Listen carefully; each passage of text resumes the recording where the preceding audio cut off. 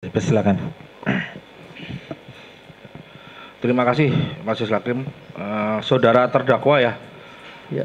Dalam persidangan minggu kemarin saudara mengatakan tidak pernah mondok di pesantren ya. Iya betul. Saudara mengatakan juga tidak hafal Al-Quran ya. Iya. Pada akhirnya mengajak Bambang Tri bermubahalah yang menurut ahli agama yang telah kami hadirkan itu dalam mubahalah itu ada ketentuannya, ada syarat maupun kayak rukunnya itu. Yang salah satunya dijelaskan tidak boleh sepihak.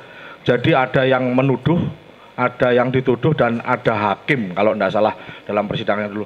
Itu tanggapan saudara gimana terhadap ini proses mubahalah yang saudara lakukan itu?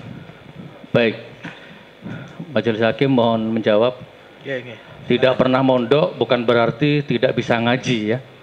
Saya bisa ngaji, saya pendakwah, saya ustadz, ya, dan saya punya banyak jamaah. Jadi tidak pernah mondok bukan berarti tidak pernah ngaji. Dan bukan berarti tidak paham mubahalah. Saya paham mubahalah, saya paham hukum dan rukunnya. Dan di dalam agama Islam itu ada yang namanya ijtihad. Jadi kalau di dalam konteks tafsirnya Al-Imran 61 itu tidak terjadi mubalahnya karena yang satu mengundurkan diri. Itu konsepnya begitu.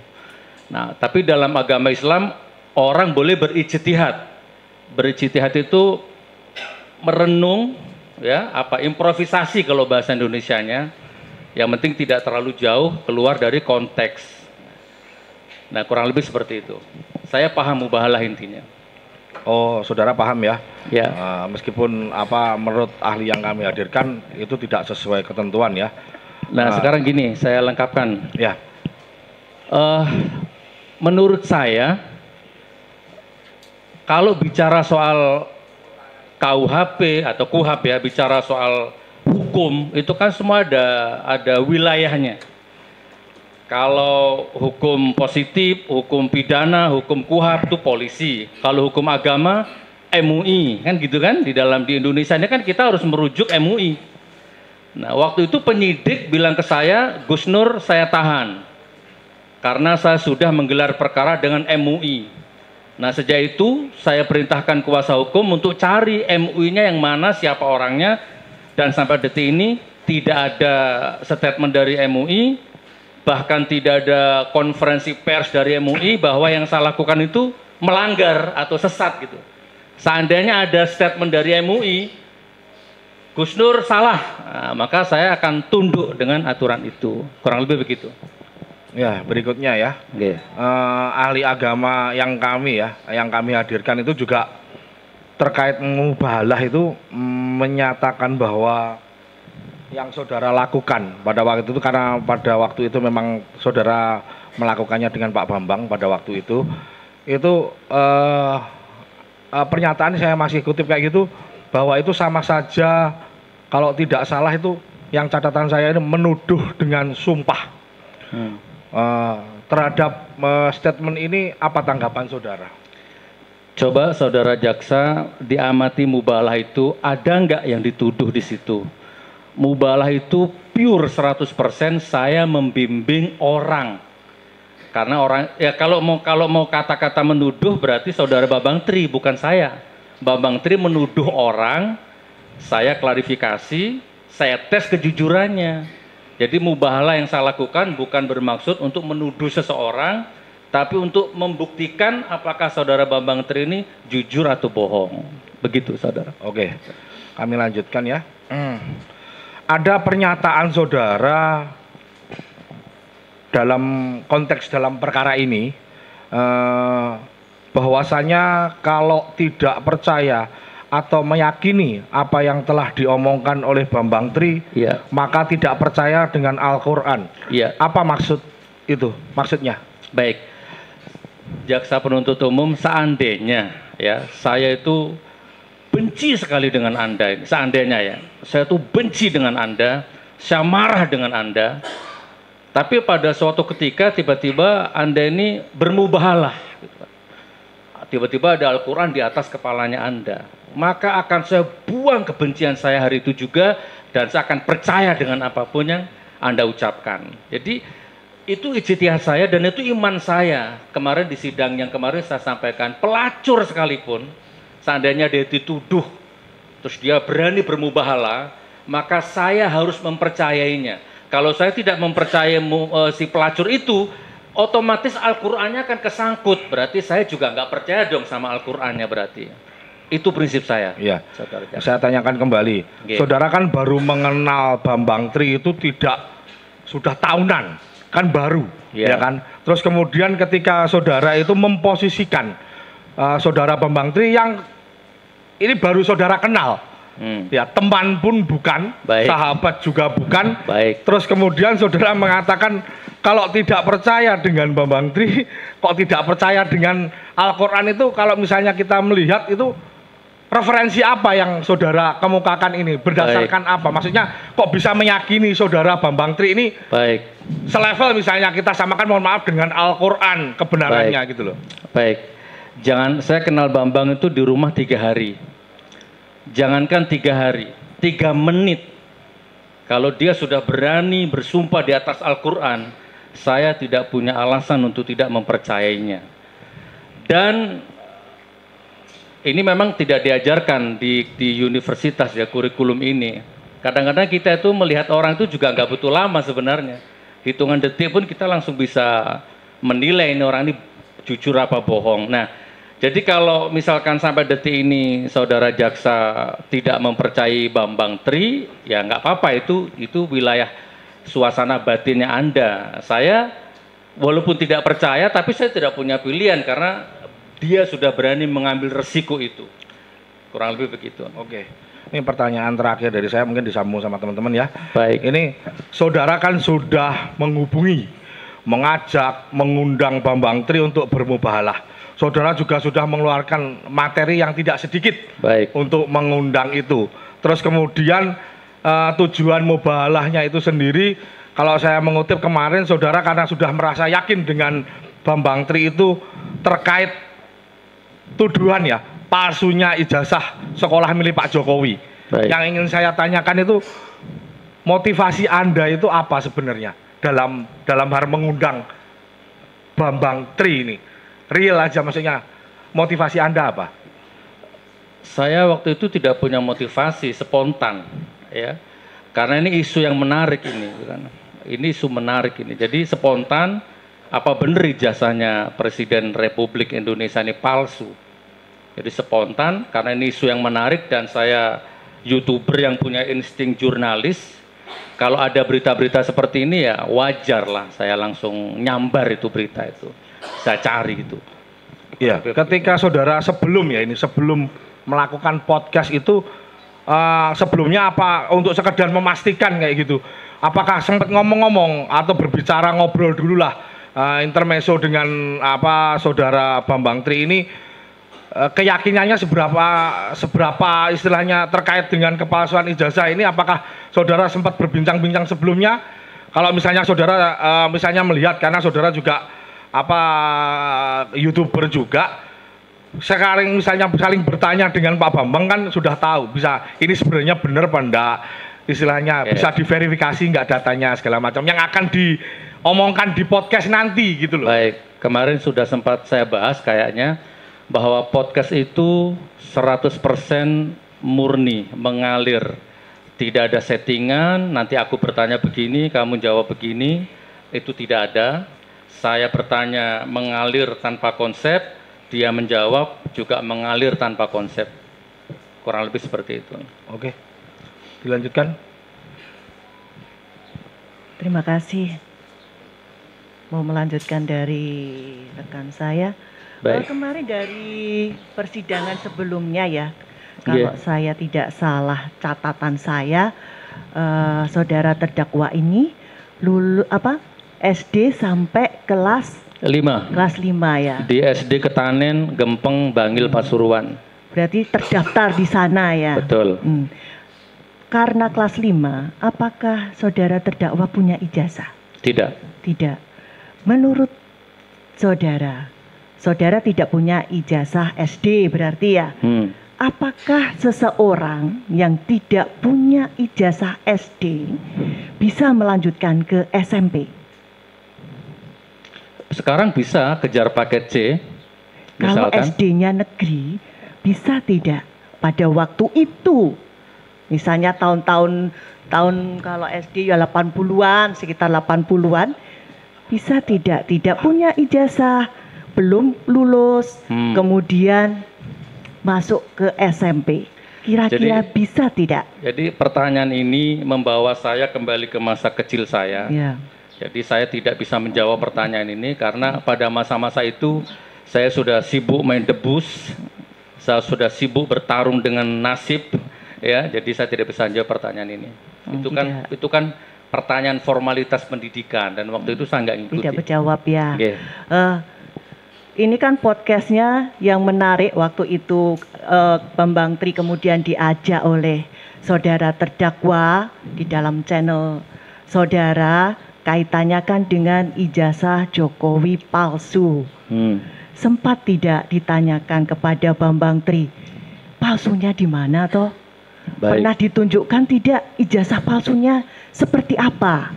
Baik, Ibu Jaksa, pertanyaan saya soal ijazah palsu kepada Bambang Tri di podcast itu yang durasinya 1 jam itu, saya yakin sudah tuntas, tas ya. Dan beliau jawabnya, Bambang Tri jawabnya nomornya palsu ya. Jadi yang dicuri menurut Pak Jaksa itu ijazahnya Joko Wahyudi yang dicuri itu sebenarnya bukan ijazah fisiknya, tapi nomornya ya. Kemudian dari abjad ejahannya, kemudian dari apa lagi tadi, nomor induk dan macam-macamnya itu sempat sudah ditunjukkan nggak fisiknya ijazah palsunya? Sempat ditunjukkan tidak? Tidak, hanya menunjukkan buku yang Bambang Tri bawa itu. Oh, tapi nggak ditunjukkan ijazah palsunya ya? Tidak, karena Bambang Tri tidak punya ijazah palsu. Bambang Tri punya data A, B, C sampai Z tentang kepalsuannya. Karena kemarin tadi kan bilang nomornya yang dicuri. Kemarin sempat ditanyakan kepada Joko Wahyudi nomor ijazahnya berapa. Dan ketika kita tanya legalisir yang ijazah legalisir Jokowi nomornya berbeda. Sempat di ini enggak? Bu Jaksa, coba Bu Jaksa nanti tonton lagi podcastnya, itu sudah komplit. Jadi kalau Ibu Jaksa menanyakan wilayah ijazah ini saya nggak bisa jawab karena itu domainnya Bambang Tri. Bambang Tri ya. Ya, saya itu hanya intinya seorang. Berarti saudara tidak ditunjukkan ya, tidak ditunjukkan fisiknya ya. Tidak. Saya cuma pengen tahu itu aja. Tidak. Ditunjukkan tidak. Tidak. Tidak ya, hanya jadi ceritanya Bambang Tri. Kemudian saya juga ini, ijazah SD palsu. Berarti ijazah SD itu usia anak SD itu kan lulus kan sekitar 12 tahun ya. Kira-kira kita membayangkan di anak SD ini memalsu ijazah. Apalagi ini Jokowi. Kita fokus ke ijazah Jokowi. Usia 12 tahun Jokowi waktu itu punya kehebatan apa seorang Jokowi bisa memalsukan ijazah? Oke, saya rasa itu kalau memang terjadi pemalsuan ya, saya rasa bukan pada waktu itu, tapi waktu saat sekarang beliau menjabat jadi presiden, mencalonkan diri jadi presiden, dibutuhkan ijazah ini SMA minimal kan sederajat. Mungkin saat ini seandainya terjadi pemalsuan itu Ibu Jaksa ya. Jadi bukan waktu SD menurut persepsi iya, saudara. Betul. Nah, tadi makanya ini kan saya tanya, kalau orang nggak punya nggak lulus SD, apa bisa masuk SMP? Apalagi SMP 1, SMP favorit setahu saya dari dulu. Jadi gini aja Ibu Jaksa, saya ringkas pertanyaannya Ibu Jaksa sebagai dengan sudut pandang saya. Kan bacaan kita berbeda ya. Jadi menurut saya di dunia ini apa sih yang tidak bisa terjadi? Ya kan? Anak kandung menghamili ibu kandung aja ada, apalagi cuma urusan pemalsuan ijazah. Dan itu kan sudah ada contohnya. Misalkan wali kota siapa JR Saringgi atau mana itu ya.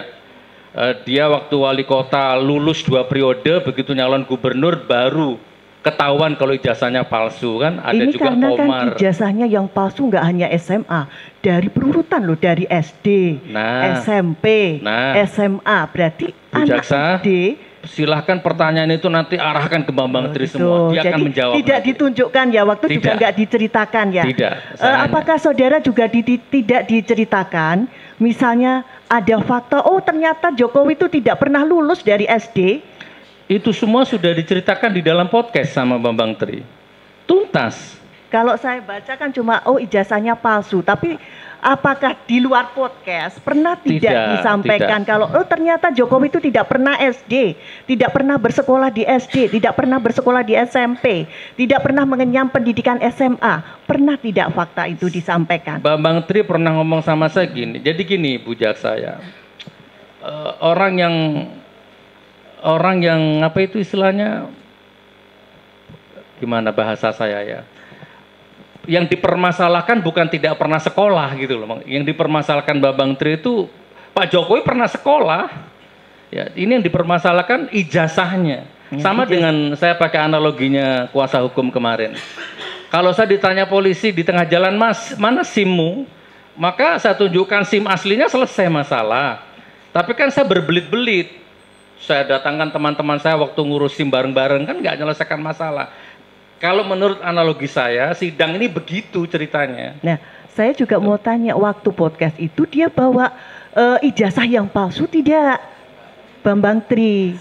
Ya Tunjukkan tidak? enggak, dia Tidak hanya bawa ya? buku itu ya, Ya, bawa intinya buku kan yang dia tidak, tulis itu. Saudara terdakwa tidak pernah melihat kepalsuannya yang fisiknya ya. Yang diceritakan Bambang Tri itu bukan kepalsuan fisiknya ya, tapi apa tadi itu, abjadnya, Iya kan, berarti warnanya. ijazahnya kan. Betul. Iya kan? Lebih baik Bu Jaksa tanya soal ini aja ke saya, soal mubalahnya atau soal niat saya atau soal motivasi Oke. saya, baru saya bisa jawab gitu Nah ya. sekarang kalau soal mubahalah, kemarin saudara menerangkan itu intinya kan sumpah minta laknat kepada Allah. Iya. Nah, padahal ini saya yang ya agak orang awam, tidak mendalami seperti saudara soal yang ulama. Allah itu kan maha pengampun, Allah itu maha pemurah, Allah itu maha penyayang. Bagaimana kalau setiap saat di perkara-perkara yang ibaratnya bukan masalah akidah, masalah simpel-simpel, harus Allah diminta untuk melaknat? Bagaimana pendapat saudara terdakwa? Seandainya Bambang Tri itu bohong, maka dia akan dilaknat sesuai dengan mintanya. Tapi seandainya Bambang Tri bertaubat minta ampun, Allah maha pengampun. Sebesar apapun dosa di dunia ini, bunuh 1000 orang aja masih diampuni sama Allah ya. Kecuali satu dosa yang tidak bisa diampuni, itu meninggalkan sholat. Jadi sebesar apapun dosa kita, Allah maha pengampun. Iya. Karena kesannya kalau mubahalah minta laknat, seolah-olah Allah itu maha melaknat. Padahal Allah itu tidak maha melaknat. Allah maha melaknat. Allah maha segala-galanya. Sebentar, Tolong sebentar. pengunjung tenang Allah dulu, itu tenang. maha suka-suka dia. Pengunjung tenang dulu, pengunjung tenang ya. Oke. Oke. Jadi Oke, kalau silakan, ibu silakan. kalau ibu baca Asmaul sebentar. Kalau ibu Iya. jaksa baca Asmaul Husna yang berjumlah 99 itu komplit. Maha Iya. kasih sayang, maha roman, maha suka-suka gue ya. Dan Allah maha murka ya. Allah maha melaknat juga, suka-suka Allah. Tapi kan Allah tidak juga maha pengampun, intinya disampaikan, begitu. yang sering ditampilkan di dalam podcast itu kan seolah-olah ini kok Allah itu maha suka kita minta Allah melaknat, kenapa tidak Allah maha pengampun, ini yang Kan yang- ditonjolkan. Kan yang dilaknat Bambang Tri, bukan Gitu siapa-siapa ya. Kemudian- Nggak melaknat orang, melaknat Bambang Tri. Kemudian untuk melanjutkan tadi ada Baik. rekan saya menanyakan soal mubahalah. Adakah dalil atau mungkin ini pernah selain saudara yang Iya. pakai konsep mubahalah yang seperti di podcast, adakah yang lain, ulama yang lain yang pakai konsep mubahalah seperti saudara? Setahu saya belum ada, tapi ada sumpah pocong. Makanya mubahalah ini beda daerah, beda kultur, beda kearifan lokal, orang juga punya ijtihad. pada prinsipnya sama, mubahalah, ada Al-Quran tapi pakai sumpah pocong di masjid ya, di Madura sering terjadi, di Banyuwangi sering terjadi, dituduh punya ilmu santet, karena nggak terima terjadilah mubahalah. Di Indonesia ini sudah banyak yang bermubahalah, Ibu Jaksa. Jadi yang dengan ada istilah pocong, kalau saudara mengistilahkan mubahalah ya, yang konsepnya seperti itu ya. Betul. Baik, saya lanjutkan ya, Pak Suginur. Yeah. Pada saat awalnya saudara mengundang Bambang Tri untuk hadir di podcast saudara, tadi saudara bilang tidak ada motivasi apa-apa gitu. Tapi sebenarnya apa yang saudara harapkan tadi dengan kata-kata ini menarik karena menyangkut ijazah palsu Presiden Republik Indonesia. Awalnya yang saudara bayangkan kalau saudara menayangkan podcast itu akan seperti apa? Tadi sudah saya jawab, pada awalnya spontan ya, nggak ada motivasi apa-apa, ya hanya tertarik aja sebagai YouTuber, tertarik dengan tantangan, tertarik dengan sesuatu yang viral, ya, dan apalagi ini menyangkut ijazah orang nomor 1 di Indonesia, yang menurut saya ya, saya itu sebenarnya nggak kenal dengan Pak Jokowi secara pribadi ya, jadi nggak mungkin saya ngeritik, dendam, marah sama Pak Jokowi, nggak mungkin. Tapi sebagai presiden, sebagai pemimpin itu kan juga wajib hukumnya untuk dikritik. Hukumnya wajib itu, bukan sunnah. Karena presiden itu dari satu titik pindah ke titik koordinat yang lain itu dibiayai oleh rakyat gitu kan. Jadi hanya spontan-spontan begitu aja muncul di pikiran saya. Ini menarik ini. Sama dengan Metro TV, TV One, semua media mainstream itu kalau punya apa itu, ada nemu berita seperti ini ya pasti kencang ya ngejar rating dan lain sebagainya. Ya mungkin media mainstream sampai detik ini nggak ada yang berani ngundang Bambang Tri ya, mungkin karena satu kubu atau bagaimana, wallahu a'lam bishawab. Iya, artinya saudara memang berharap pasti ini nanti memprediksi lah setidak-tidaknya bahwa ini nanti akan viral begitu. Iya. Ya.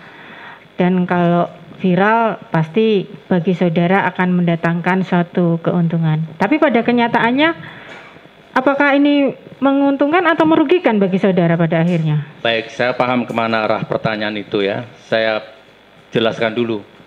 Dalam podcast, dalam ibadah, dalam hidup, keuntungan tidak segala-galanya bagi saya. Saya punya penghasilan sampai 40 juta sebulan di YouTube, bahkan 15 juta sebulan di YouTube, tidak pernah masuk ke dapur rumah tangga saya. Ya, lebih banyak saya hambur ke orang, ke rakyat, pakai bangun rumahnya fakir-fakir miskin itu.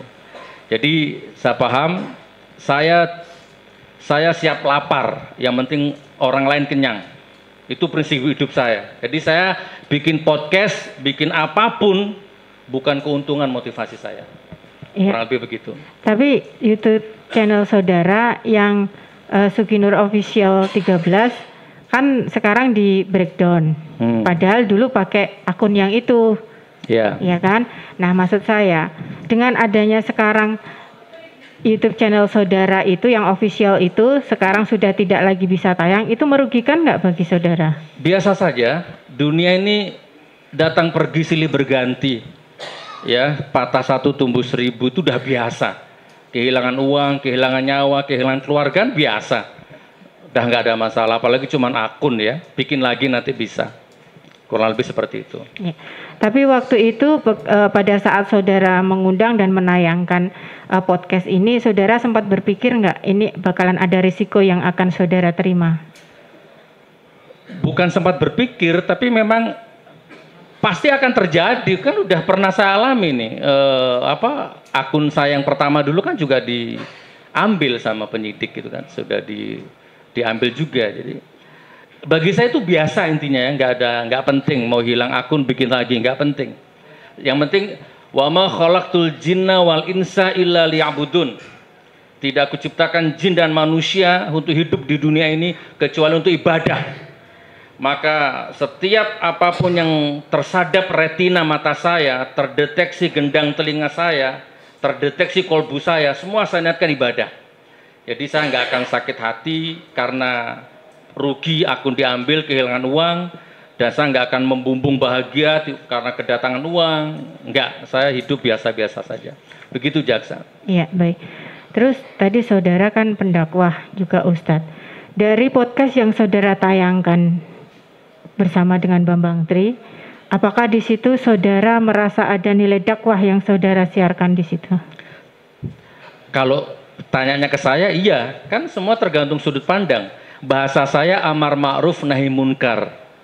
Ya, menyampaikan yang benar, mencegah kemungkaran. Jadi makanya perlu diuji, kalau bahasa Rocky Gerung tuh perlu diuji. Walaupun harapan saya sebenarnya jangan diuji di sini, tapi diuji di kampus, di akademisi, atau sama-sama YouTube-nya, atau dibedah di buku, di simposiumkan, diseminarkan. Harapan saya begitu, tidak di pengadilan ini. Ya. Gitu. Nilai dakwahnya di mana? Dakwahnya saudara itu di mana? Yang saudara sisipkan di dalam podcast itu? Ya, menyampaikan yang disampaikan Bambang ini benar apa bohong, itu sudah dakwah itu. Ya, amar ma'ruf nahi munkar itu. Dan ini akan terus menjadi nilai dakwah selama nanti yang asli itu tidak muncul di persidangan, akan tercatat dalam sejarah nanti ini sampai kapanpun. Makanya begini, saudara jaksa ya, kapan hari kan muncul sebuah nama yang Pak Anto itu ya, ya kakak iparnya itu ya, kakaknya Bu Iriana itu. Saya prihatin, kenapa beliau sampai ngundang-undang orang ke Polresta, mengkondisikan orang, mengkoordinir orang tuh di BAP di Polresta. Daripada buang-buang waktu dan sumber daya begitu, mending datang ke sini bawa ijazah aslinya. Tamat Bambang Tri, saya beristighfar, saya minta ampun kepada Allah, dan saya minta maaf kepada keluarga besarnya Jokowi, selesai. Kan begitu harapan saya. Motivasi saya begitu. Iya, sama dengan saudara. Semua yang mendengar itu pasti pengen tahu apakah saudara Bambang Tri itu bohong atau tidak. Makanya yang kita kejar adalah sumbernya informasi dari Bambang Tri itu dari mana, gitu. Nah, itu yang nanti mungkin dengan teman-teman saya nanti akan kita tanyakan ke Bambang Tri. Kalau saudara juga, kan saudara juga tidak mencek sumbernya dari mana, dia bawa bukti apa. Saudara tidak hanya memfokuskan jadi, dia bohong atau tidak berdasarkan sumpah. Jadi gini, Ibu Jaksa ya. Beberapa minggu yang lalu Kompas TV bikin siaran. Gus Nur bertengkar dengan Bambang Tri. Ada di Kompas tuh, viral. Selama sidang berlangsung. Kompas TV nggak wawancara saya, ya nggak konfirmasi ke saya. Tiba-tiba bikin berita saya bertengkar dengan Bambang Tri di dalam sel. Padahal saya dengan Bambang Tri nggak pernah bertengkar di dalam sel. Nah, tapi katanya kalau saya pakai istilah Rocky Gerung, hoax itu diciptakan mungkin untuk memancing sesuatu perdebatan yang positif. Ya udah saya cuekin aja, saya nggak lapor, saya nggak ngapa-ngapain. Nah, maksud saya biasa dalam hal seperti itu biasa. Saya tanya, ini saya sudah mending Bambang Tri tak panggil ke rumah. Kalau saya mau niru Kompas TV kan bisa saja bikin siaran sendiri tanpa mengundang Bambang Tri kan bisa saja. Itu sudah mending saya undang 1 jam lebih itu ngomong. Nah, nanti silakan Anda bedah itu Bambang Tri itu. Bagaimana itu? Ya, baik. Saya tanya satu lagi, Pak Suginur. Ya. Pak Suginur punya panutan atau tokoh idola? Punya. Rasulullah Nabi Muhammad SAW. Ya. Tolong, baik. Bentar, jangan ribut. Dari Rasulullah tersebut, inspirasi apa dalam kehidupan sehari-hari Pak Bambang yang saudara Pak Suginur yang ditiru dari Rasulullah? Kalau waktu podcast dengan Bambang Tri, saya nggak ingat Rasulullah sama sekali, kan nggak ada hubungannya. Ya, kalau Anda nanya hidupnya Gus Nur sehari-hari apa yang diambil dari Rasulullah, baru saya bisa jawab. Ya, kalau dalam konteks ini, ya kan kita tidak tahu. Kalau yang saya tanya di podcast itu, adakah dari podcast itu yang saudara teladani dari Rasulullah? Yang tindakan Rasulullah yang sama dengan yang saudara lakukan di podcast itu ada nggak? Amar ma'ruf nahi munkar, Ibu Jaksa ya. Kalau diringkas seperti itu intinya. Ya, tabayun. Itu kan juga ajaran Rasulullah. Rasulullah mengajarkan tabayun. Saya panggil Bambang Tri untuk melakukan tabayun secara resmi. Ya, jangan biarkan keringat orang tuh mengering sebelum dipenuhi haknya, saya bayar, bahkan Bambang Tri belum nyampe ke rumah sudah saya transfer bisyarahnya gitu kan. Banyak kalau mau diperinci satu-satu banyak. Tapi saya ini umatnya Rasulullah ya, dan saya bisa hidup tanpa angin, saya bisa hidup tanpa matahari, saya bisa hidup tanpa apapun saja, terserah. Tapi saya nggak bisa hidup tanpa syafaat Nabi Muhammad SAW. Jadi pertanyaan itu sebenarnya spontan, apapun yang saya lakukan, apapun yang saya omongkan itu insya Allah sudah ada Nur Muhammad di situ. Kurang lebih seperti itu. Baik, silakan. Masih ada dari penutup umum? Nggih. Menambahkan Cing yang mulia. Nggih, silakan. Saudara Gus Nur ya, nah, santai ya Gus. Nggih. Gus Nur tadi menamakan diri sebagai bekerja sebagai YouTuber atau berprofesi sebagai YouTuber ya. Nggih. Terus membandingkan dengan media seperti Kompas, TV One. Bisa Gus Nur jelaskan perbedaan YouTuber sama seorang wartawan yang memiliki media resmi seperti itu? Apa bedanya ya? Nggak tahu saya ya, jaksa ya. Kalau persamaan dulu, nanti bedanya baru kelihatan. Mungkin sama-sama pewartanya, cuman kalau di media mainstream terikat aturan ya, terikat sistem oleh Dewan Pers atau apa gitu ya. Kalau YouTuber ini kan bebas-bebas saja, nggak ada yang mengikat. Kecuali kalau kontennya melanggar, baru YouTube membacklist, nggak boleh diterbitkan. Itu nanti otomatis. Perbedaannya kalau YouTuber bebas, nggak terikat aturan. Kalau media mainstream banyak aturan. Nanti kalau salah ditegur sama siapa itu yang tukang negur media itu, PWI atau apa itu ya? Dewan Pers. Dewan Pers. Kalau saya walaupun salah nggak ditegur sama Dewan Pers. Kalau bedanya ini Gus Nur tahu nggak kalau wartawan dengan medianya memunculkan berita, ada di situ yang mengatur undang-undang pers, yaitu dia misalkan dianggap menyiarkan berita yang tidak benar, ada semacam berita tidak harus dipidana, tapi dari pihak yang diberitakan itu bisa memberikan klarifikasi melalui media juga. Nah, sementara di YouTuber ada nggak aturan seperti itu? Tidak ada aturannya, bebas-bebas saja. Saya ngundang Pak Jaksa, saya ajak podcast membicarakan seorang orang. Oke, saya ambil contoh yang real, yang sesuai dengan kasus ini. Kemarin sudah saya ceritakan kepada majelis hakim. Jadi waktu kasus saya di Surabaya kan, Kabid Humas Poldanya kan sering diwawancara Kompas tentang kasus saya. Tapi tanpa ngundang saya, sepihak. Gitu kan? Kan itu padahal media mainstream itu padahal. Mereka tahu hukum, kenapa nggak dijalankan hukum itu? Kan harusnya diundang juga saya, kedua belah pihak. Gitu ya. Nah, intinya gini, di wartawan yang memiliki media dilindungi oleh undang-undang pers. Ya. Iya. Nah, sementara setahu saya begitu. Tidak ada undang-undang tentang kalau YouTuber setahu saya nggak ada. Ya. Paling kalau kontennya melanggar, ada pengumuman dari YouTube, konten Anda melanggar, udah tiba-tiba nggak bisa terbit gitu aja. Artinya kalau YouTuber melakukan pelanggaran yang diatur di dalam undang-undang pidana umum lah, bisa dilakukan pidana, sementara di wartawan dilindungi undang-undang pers dengan harus ada klarifikasi dari pihak yang diberitakan. Setahu saya walaupun wartawan ataupun reporter televisi yang resmi sekalipun, kalau dia melanggar hukum, ada yang melaporkan. Terkait berita, bukan hukum yang lain ya. Oke, dan ada yang melaporkan, setahu saya bisa kena delik. Gitu kan? Jadi kalau saya wartawan Kompas TV, saya bikin berita menyebut nama orang, terus kemudian ternyata hoax, orang yang saya sebut itu melaporkan, bisa. Oh, menurut Anda bisa ya? Ya, menurut saya. Ya. Terus kemudian terkait kesimpulan dari posting dengan Bambang Tri, Pak.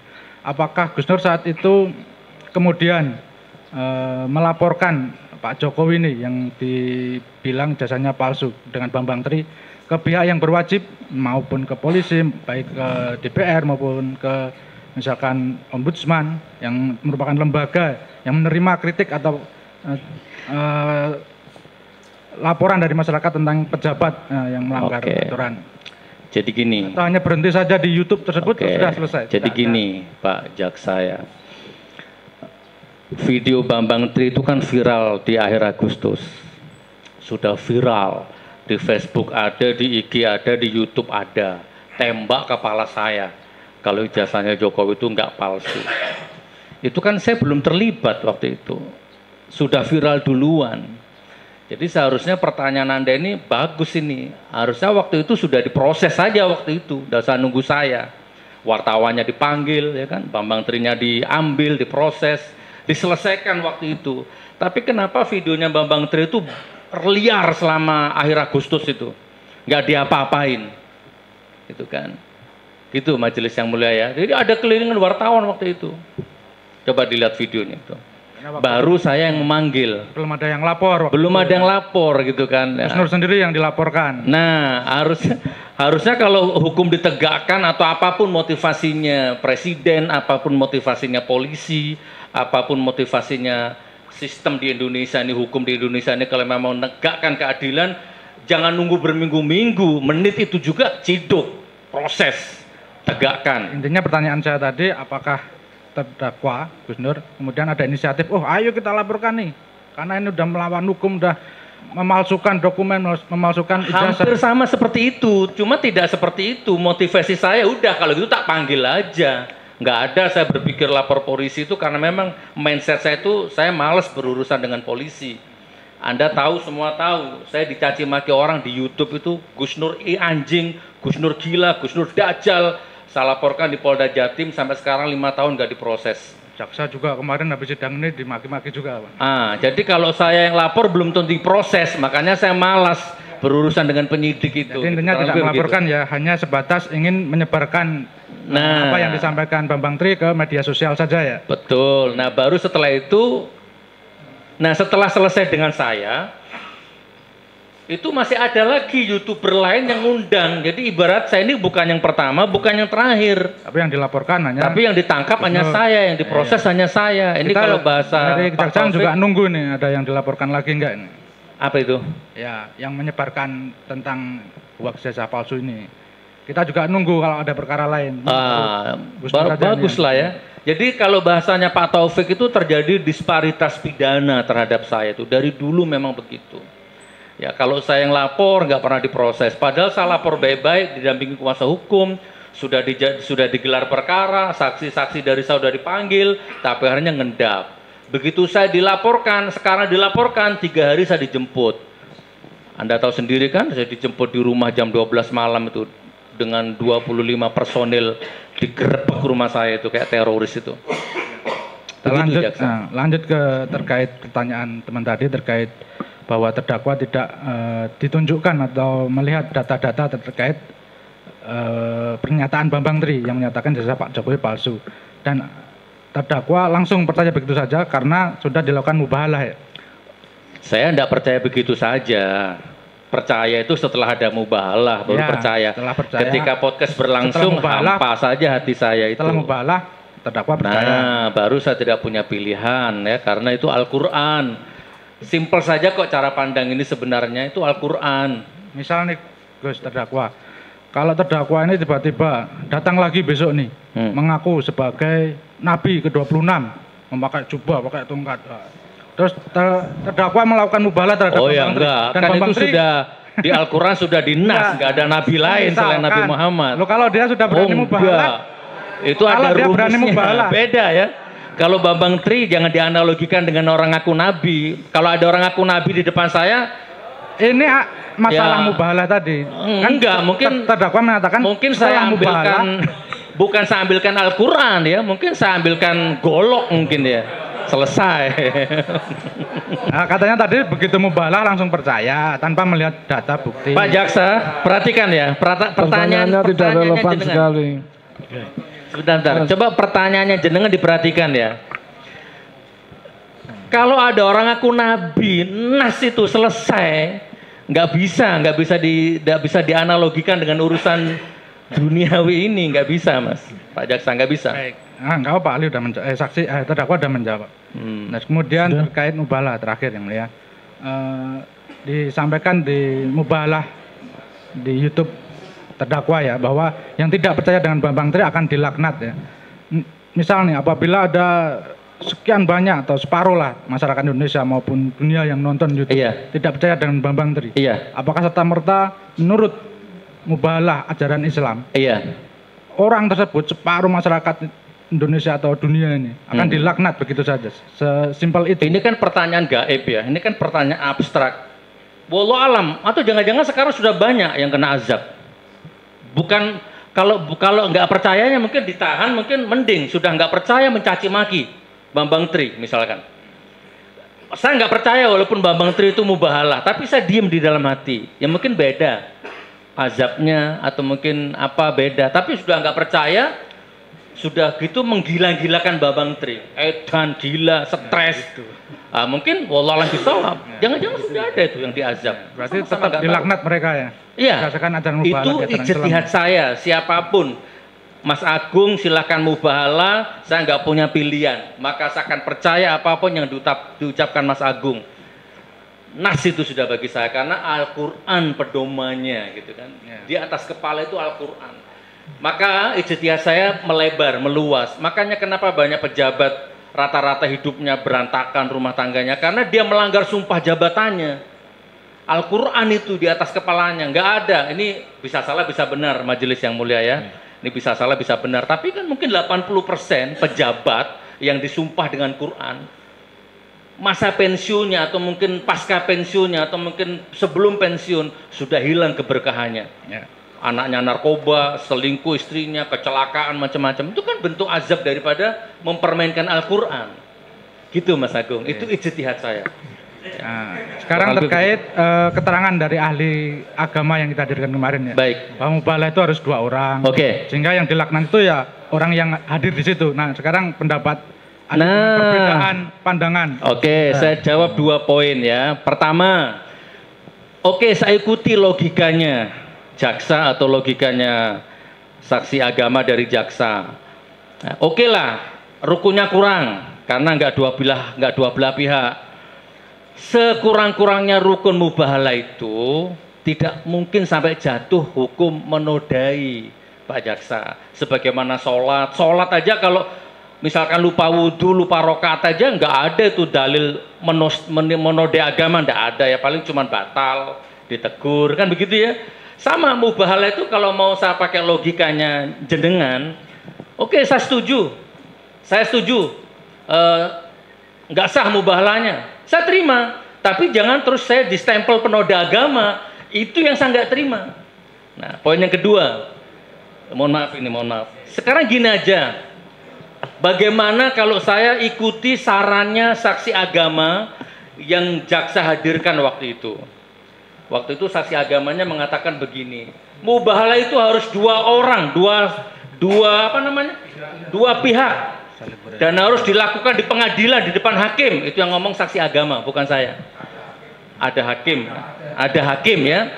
Nah, bagaimana kalau seandainya itu sekarang diterapkan? Siapa di ruangan ini yang tidak percaya? Gini, saya demi Allah bukan penoda agama. Nah, sekarang siapa di ruangan ini yang tetap memaksa menuduh saya penoda agama misalnya? Mumpung ada hakim, mumpung ada 2 belah pihak. Bagaimana kalau sekarang kita mubahalah di sini? Siapa yang dusta dia dilaknat. Saya bukan penoda agama. Saya bukan penista agama. Hidup mati saya demi menegakkan agama. Anak saya hafal Quran. Ya, hidup mati saya untuk menegakkan agama Allah. Mana mungkin saya menoda agama. Jadi kalau misalkan mohon maaf ya Pak Jaksa, Pak Penyidik tetap ngotot Gus Nur penoda agama. Ya sudah, daripada buntu, ayo mubahalah di depan Pak Hakim. Tempat terserah di mana. Mohon maaf Mas. Gitu kurang lebihnya Mas. Masih ada? Terkait kembali lagi ke pertanyaannya seputar dakwaan aja Pak Jaksa ya, biar jangan terlalu melebar ke masalah agama. Terdakwa tadi mengatakan hafal Al-Quran ya, terkait ayat Al-Hujurat ayat 6. Bisa ahli jelaskan nih terkait dengan... Saya belum hafal. Apa? Tentang apa? Ya, saya bacakan artinya. Silakan. Hai orang-orang yang beriman, jika datang kepadamu orang yang fasik membawa suatu berita, maka periksalah dengan teliti, agar kamu tidak menimpakan suatu musibah kepada suatu kaum tanpa mengetahui keadaannya yang menyebabkan kamu menyesal atas perbuatanmu itu. Baik. Apakah sudah melakukan... Taruhlah Mas Bambang Tri itu orang fasik. Saya ikuti logika ayat itu. Anggap saja Bambang Tri itu orang fasik. Kan sudah saya undang, saya tabayun. Nah, kemudian fokusnya periksalah dengan teliti. Nah, apakah terdakwa sudah melakukan pemeriksaan dengan teliti? Podcast itu termasuk memeriksa dengan teliti hampir 1 jam itu. Nah sekarang tugasnya jaksa nanti memproses dia untuk dengan teliti. Periksa. Kalau tugasnya sudah selesai itu. Sudah saya periksa dengan teliti. Tapi karena tetap saya nggak percaya, mubahalah itulah yang terjadi akhirnya. Sudah saya periksa Pak. Ya, gitu kan. Kurang lebih seperti itu. Makasih Gus. Udah Cukup dari penuntut umum cukup nggih. Giliran berikutnya saya berikan kepada tim penasihat hukum, silakan. Terima kasih Yang Mulia Majelis Hakim. Saudara terdakwa, ada beberapa hal yang perlu kami aturkan, kami tanyakan. Yang pertama yang kami tahu bahwa Gus Nur ini adalah seorang pegiat sosial, kemudian pendakwah. Ada beberapa banyak kegiatan sosial yang dilakukan oleh Gus Nur. Di antaranya mungkin bedah masjid, kemudian 1000 masjid untuk Nusantara, kemudian masjid darurat dalam bencana, kemudian masih banyak lagi, dan masjid-masjid itu masih proses pembangunan.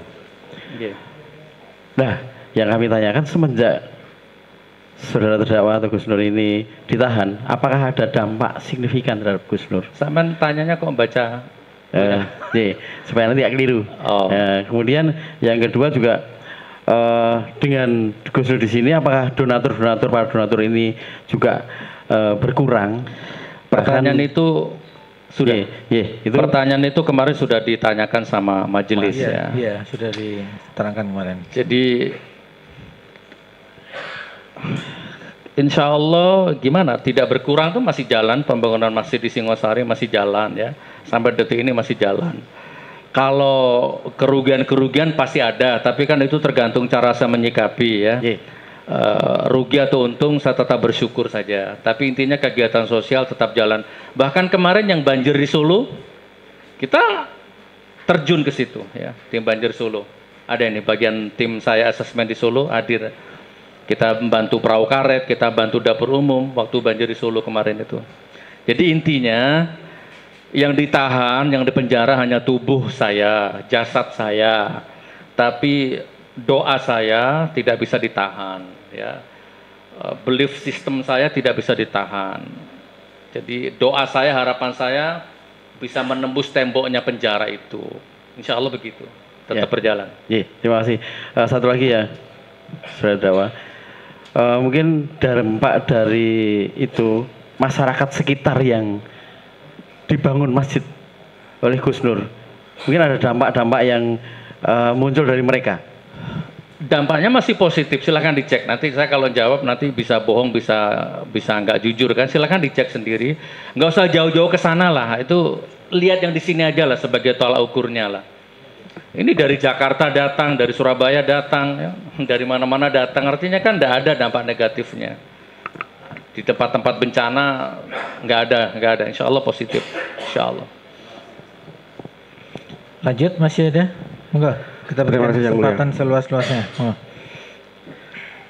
Gus, sehat Gus? Alhamdulillah. Alhamdulillah. Gus, saya cuma mau menanyakan, terbesit dari kata-kata Pak Jaksa tadi, apakah ada syarat ketentuan untuk menjadi ustadz, Gus? Kenapa? Apakah ada syarat dan ketentuan untuk menjadi ustadz atau pendakwah? Karena dalam pertanyaan Pak Jaksa tadi kan mengulik masalah ijazah, punya ijazah apa tidak. Oke, makasih Gus. Jabatan ustadz itu datang dari Allah dan datang dari umat. Dan plus datang dari postur yang kita bangun selama ini. Ya, boleh seperti itu. Begini, saya bikin analogi. Saya nggak kuliah dokter dan saya bukan dokter. Tapi boleh nggak saya bangun rumah sakit? Bagi saya boleh. Saya bangun rumah sakit untuk memperdayakan dokter-dokter. Ya. Jadi nanti yang kerja di situ dokter, bukan saya.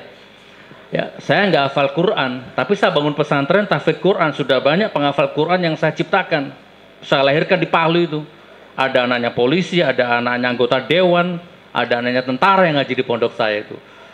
Kan boleh. Saya nggak ahli mekanik, saya nggak ahli mesin, tapi boleh saya bikin bengkel untuk memberdayakan orang-orang yang pinter mesin tapi nganggur. Itu filosofis, itu prinsip hidup saya. Kurang lebih seperti itu. Satu lagi Gus. Oke. Gini Gus. Apakah Gus Nur ini satu-satunya prokes yang mewawancarai Bambang Tri masalah ijazah palsu? Tadi sudah dijelaskan. Terima kasih yang mulia. Saya bukan yang pertama dan bukan yang terakhir. Assalamualaikum warahmatullahi wabarakatuh. Oke, waalaikumsalam. Izin yang mulia, Gus Nur sehat ya? Alhamdulillah. Alhamdulillah. Hamdan katsiran thayyiban. Untuk mempertegas saja, tadi kan disinggung apa syarat jadi ustadz dan sebagainya. Mungkin dai sama ustadz itu sama ya Gus? Sama. Secara karena esensi sama. Mungkin dalam surat Al-Fusilat ayat 33 itu kan sebenarnya kan wa mang ahsanu qaula mimman da'a ilallah. Jadi perkataan yang baik adalah ketika menyebut nama Allah. Artinya kan syiar kebaikan ya Gus. Seperti itu ya Gus ya? Iya. Ya itu mungkin yang mendasari jenengan untuk melakukan membuat channel YouTube mungkin seperti itu ya. Ingin menyiarkan amar ma'ruf nahi mungkar. Jadi untuk apa? Kebaikannya ya di situ ya. Iya, sebelum punya YouTube kan dulu dakwah biasa begitu saja kan. Pulang dakwah selesai. Artinya YouTube ini untuk jangkauan yang lebih luas ya. Betul. Dan sekarang sama-sama kita tahu channel YouTube saya itu diakses 13 negara. Masya Allah. Kan? Channel Gus Nur 13 official itu. Oke, lanjut. Terkait YouTube tadi, Gus Nur ketika membuat channel kan mesti mendaftar di YouTube ya itu ya? Iya. Dengan apa ketentuan-ketentuan yang berlaku dalam YouTube itu ya? Iya. Jadi mendaftar, menulis data diri, mungkin kalau apa untuk AdSense itu dimonetize ya namanya ya? Itu nanti setelah ada 1000 subscribe baru boleh monetize dan masukkan nomor rekening. Artinya di situ kan ketika mendaftar di channel YouTube dengan hak ya, bukan tanpa hak ya? Ketika jenengan Gus Nur ini mempunyai channel YouTube itu dengan mempunyai hak, jadi bisa mengoperasikan channel YouTube tersebut ya? Iya. Oke, saya lanjut. Terus tadi saya tertarik ketika setiap apapun yang masuk terkait apa ya dalam hal apa itu namanya, katanya YouTube itu kan mungkin AdSense dan sebagainya. Yang masuk ke rekening jenengan itu nggak langsung ya? Nggak langsung ke jenengan, tapi malah jenengan teruskan lagi untuk membantu sosial, bersifat sosial seperti itu. Iya, istri saya nonton, anak saya nonton, mertua saya nonton, saya nggak mungkin bohong ya. Saya ngomong penghasilan YouTube nggak masuk ke dapur. Jadi artinya ternyata masuk ke dapur misalkan. Berarti kan saya membohongi istri saya, berarti saya ngajari bohong di tengah-tengah rumah tangga saya, dan nggak mungkin saya bisa membohongi orang. Tapi saya nggak mungkin bisa bohongi keluarga saya. Berarti tidak dilakukan seperti itu ya? Artinya pure untuk sosial semua ya? Iya, karena memang sudah yang ngantri banyak. Makanya kadang-kadang saya tuh gemes gitu. Kenapa kok nggak saya jadi Menteri Keuangan aja gitu ya? Tak jamin nggak ada orang miskin gitu ya, nggak ada orang kelaparan gitu ya. Oke. Jadi YouTube-nya di sini digunakan oleh Gus Nur untuk sarana menyebar kebaikan ya, syiar ya. Betul. Oke. Dan gini, kuasa hukum. Saya tidak munafik gitu ya, 15 juta per bulan menurut kuasa hukum sedikit apa banyak? Ya itu subjektivitas. Oke, tapi menurut saya banyak. 15 juta sebulan itu bisa untuk mengenyangkan berapa orang gitu kan. Bisa jadi rumah fakir miskin itu, rumah darurat bisa itu. Masya Allah. Kurang lebih seperti itu. Oke, saya lanjutkan Gus. Ini terakhir yang mulia. Ini kaitannya dengan pondok pesantren Ponpes Karomah 13 nih. Kan punya banyak kegiatan sosial ya. Salah satunya adalah agenda bedah rumah itu. Itu mohon dijelaskan Gus, gimana itu Gus? Agenda bedah rumah. Itu pesantren sama agenda bedah rumah dua hal yang berbeda. Oh, berbeda. Jadi majelis yang mulia, pesantren saya itu pernah mewakili ikut lomba MTQ di Banten, mewakili Kementerian Agama Sulawesi Tengah ya. Waktu itu anak saya masih umur 5 tahun, dibiayai oleh Menteri Agama yang ada di Jalan Jalur 2 itu, dibawa ke Banten ya untuk mewakili itu. Jadi orang-orang Depak, orang-orang Kementerian Agama itu sudah sering main-main ke pesantren saya waktu itu. Jadi bukan pesantren gelap, bukan pesantren sarang teroris, bukan ya. Terus kemudian bedah rumah itu dua hal yang berbeda. Jadi itu, jadi gini teman, saya percepat aja. Kemarin saya sudah sampaikan di majelis hakim, itu bukan curhat sebenarnya. Saya diprotes sama kuasa hukumnya majelis hakim. Gara-gara saya cerita masa kecil tidak bahagia, itu saya dianggap curhat. Itu bukan curhat, itu kejujuran. Saya itu anti curhat sama orang, saya anti curhat sama makhluk. Masa kecil saya tidak bahagia, maka haram hukumnya kalau masa kecil anakku tidak bahagia. Gitu ya. Nggak apa-apa masa kecilku tidak bahagia, tapi masa kecil anakku harus bahagia. Nggak masalah aku lahir dari rahim ibu yang miskin, tapi haram hukumnya kalau masa tua ibuku dalam kondisi miskin. Nah jadi terbangun apa namanya mindset ya, terbangun paradigma di otak saya. Saya nggak akan makan kalau ada tetanggaku yang kelaparan. Itu saya praktekkan. Maka saya nggak akan makan kalau ada tetanggaku yang kelaparan. Dan alhamdulillah makan saya lancar. Karena tetanggaku kaya semua gitu. Cukup. Gak ada yang kelaparan. Artinya saya mau mempertegas bahwa murni ya untuk sebuah konten YouTube yang nanti akhirnya untuk sosial. Betul. Cukup yang mulia. Pada rumah ya. Masih ada yang lain? Silakan. Terima kasih yang mulia.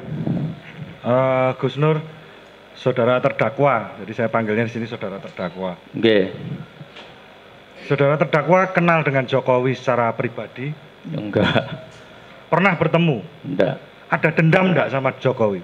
Saya orang yang tidak bisa dendam. Ya, tolong dicatat itu. Terhadap orang, saya menciptakan lagu judulnya Terdolimi. Cek di YouTube. Ya Allah, genggam hatiku agar aku tidak dendam terhadap siapapun yang menyakiti diriku. Sayangi mereka yang menyakiti diriku. Ada lagu saya judulnya Terdolimi. Itu tercipta karena saya tidak punya dendam terhadap siapapun. Baik, termasuk terhadap Pak Jokowi ya. Auzubillah min dzalik. Jadi tidak ada dendam sama sekali sebenarnya sama. Tapi dalam pergerakan politik. Walaupun secara keputusan politik saya dirugikan, tapi saya tidak dendam. Saya pernah diundang ke Belanda, saya pernah diundang ke Australia, batal, visanya udah keluar, tapi tiba-tiba paspor saya dicabut. Tapi saya tidak dendam. Tidak dendam berarti? Tidak, bahkan jadwal bimbingan umroh saya batal semua. Otomatis itu finansial saya juga morat-marit waktu itu. Tapi saya tidak dendam, catat itu. Baik, saya teruskan. Jadi tadi sudah disinggung beberapa dari rekan-rekan dan mungkin dari JPU dan kemarin juga dari Majelis Hakim bahwa motif dari saudara terdakwa dalam kenal terhadap Bambang Tri ini sebenarnya apakah karena ada hal lain selain dari konten YouTube? Nggak ada. Tidak ada. Spontan tadi saya jawab, spontan. Spontan tapi karena memang ingin mengundang karena sebatas ingin mewawancarai. Spontan dan penasaran kan itu kan sudah video itu udah viral selama 1 minggu, kenapa kok nggak ada yang respon gitu kan? Liar saja gitu. Makanya saya menengahi, saya ambil. Baru setelah apa nggak ada yang berani mungkin ya? Kenapa kok nggak ada yang mewawancarai? Begitu saya panggil, baru yang lain-lain pada manggil semua. Wallahualam bishawab. Berarti setelah saudara terdakwa ini melakukan isi konten itu, melakukan video, melakukan pengambilan gambar konten tersebut, itu setelah itu baru ada konten-konten lain yang mengupas tentang Bambang Tri atau yang mengundang Bambang? Silakan Anda cek, ada Refli Harun, ada Rahma Sarita, ya, banyak lagi YouTuber yang mengundang beliau, bahkan lebih detail daripada podcast saya, gitu kan? Saya itu banyak pokoknya, Anda lihat itu di YouTube banyak. Baik, berarti dalam proses pengambilan YouTube itu tadi kan sudah diterangkan bahwa itu spontan, dan apa yang ada di dalam video itu berarti memang kondisinya adalah itu bagaimana, apakah ada dalam memproduksi sebuah konten itu apakah ada misalnya tadi yang saudara terdakwa singgung adalah ada uang untuk Pak Bambang Tri, apakah itu ada itu? Ada, 10 bisa juta. Disebut 10 juta. Pertama 7 juta. Karena mobilnya nabrak, masuk bengkel, kurang lebih 10 juta akhirnya. 10 juta, berarti terus beliau juga hadir di studio itu dan melakukan proses syuting itu berarti. Iya. Berarti dalam hal itu kan itu semata-mata untuk kepentingan YouTube berarti. Itu saya teruskan pertanyaan saya. Dari YouTube yang saudara terdakwa buat, dari channel video yang saudara buat, itu apakah pernah ada juga untuk melakukan wawancara itu sebelum dengan Bambang Tri? Kenapa? Ada? Dari Gus Nur channel 13, itu apakah ada konten yang juga melakukan wawancara seperti itu? Banyak, narasumber saya bukan hanya Bambang Tri. Ada, jadi gini majelis yang mulia ya, konsep podcast saya itu, misalkan ada, coba nanti dilihat itu, ada seorang ustadz, mohon maaf ya, jalannya pincang gitu kan, rumahnya ngontrak gitu kan, maka saya panggil podcast untuk edukasi ke orang lain, kan? Pulangnya saya sangoni, rumahnya saya bedah, istrinya saya belikan mesin jahit, begitu kurang lebihnya. Jadi bukan hanya Bambang Tri saja, ada penjual koran yang jalannya cacat, dia kemana-mana naik sepeda ontel, saya panggil, pulangnya saya kasih sepeda motor. Kurang lebih begitu majelis. Bukan hanya Bambang Tri. Berarti bukan hanya Bambang Tri ya? Iya. Jadi Bambang Tri itu mungkin tidak tahu itu apes atau berkah, wallah alam, Allah yang tahu itu nanti. Ya. Terus dalam proses video itu kan ada biasanya kan ada yang like, dislike dan lain sebagainya. Itu yang banyak yang waktu disiarkan di situ tuh yang banyak yang like atau dislike. Kalau di akun saya 90% banyak yang like, banyak yang suka. Kalau di akun saya, tapi di YouTube itu kan banyak akun-akun yang majelisnya mulia ya. Di YouTube itu banyak sekali akun-akun dia nggak pernah datang ke sini. Dia hanya nunggu hasil siaran ini baru dia ambil, dia potong bagian-bagian yang walaupun nggak salah dibikin salah gitu. Dibikin framing seolah-olah saya ini penjahat gitu kan. Memang ada seperti itu, nggak apa-apa, namanya pro kontra. Kalau senang semua namanya pro-pro kata Rocky kan. Dan masalahnya kan sunatullah. Saudara terdakwa ini kan posisinya ada di, mungkin saat ini ada di kontra ya. Tapi kalau seandainya itu mungkin ada di kontra. Di kontra, maksudnya siapa? Kontra dengan pemerintahan. Tidak juga atau bagaimana? Menjelaskan posisi itu kan politis. Sah gitu kan. Itu kan sah. Saya kalau makan di rumah makan tuh dipotong 10%, Pak. Saya beli mobil, saya memperpanjang surat itu dipotong pajak 10%. Digaji itu, untuk gaji pemerintah itu wajib hukumnya dikritik. Kritik bukan dicaci, mengkritik bukan mencaci. Saya nggak pernah mencaci. Ya, tidak ada saya mencaci itu. Kalau yang komen biasalah itu, caci maki sesama komen itu kan biasa itu. Saya nggak pernah mencaci. Baik, saya lanjutkan. Dari video tersebut, terus saya berlanjut ke yang tadi sebenarnya sudah banyak itu ditanyakan dari rekan-rekan juga. Yang ingin saya tanyakan tadi terkait dengan ijazahnya Gus Nur, yang Gus Nur berarti kan kelas 5 SD. Ya. Tapi saat ini Gus Nur kan mempunyai sebuah pesantren. Itu isi pesantren itu bagaimana, Gus? Yang ngajar semuanya dosen dan mahasiswa IAIN yang ada di Palu. Saya gaji mereka. Kalau bahasanya Rocky Gerung, saya ngajar di UI, tapi saya nggak digaji. UI yang ngelamar saya gitu. Jadi yang ngajar bukan saya, tapi ustadz-ustadz yang ada di Palu sana. Tenaga pengajarnya ada berapa kira-kira? Ada sekitar 14. Terus untuk itu gajinya ada yang 2 juta, ada yang 1,5 juta, ada yang 750. Listrik, konsumsi macam-macam itu 25 sampai 30 juta sebulan. Ada berapa murid yang belajar di sana? Sebelum pandemi dulu 350. Saat ini saya kurang update, mungkin sekitar 100-150-an. Itu pondok tentang tahfiz Quran atau khusus bagaimana? Tahfiz. Tahfiz bisa dijelaskan, Gus? Apa itu? Khusus tahfiz? Penghafal Quran, tidak ada kurikulum yang lain. Penghafal Quran? Penghafal Quran saja, titik, nggak ada komanya. Itu dalam pembangunan pondok itu Gus Nur ini berperan sebagai apa itu? Maksudnya apakah cuma penggagas? Yang punya saya. Atau juga yang membangun, membiayai dan lain sebagainya? Iya. Full semua Gus Nur berarti? Itu dulu saya dapat wakaf awalnya. Kemudian saya bikin yayasan, ada sekitar 15 pengurus, ada sekretaris, ada bendahara, orang-orang Palu semua.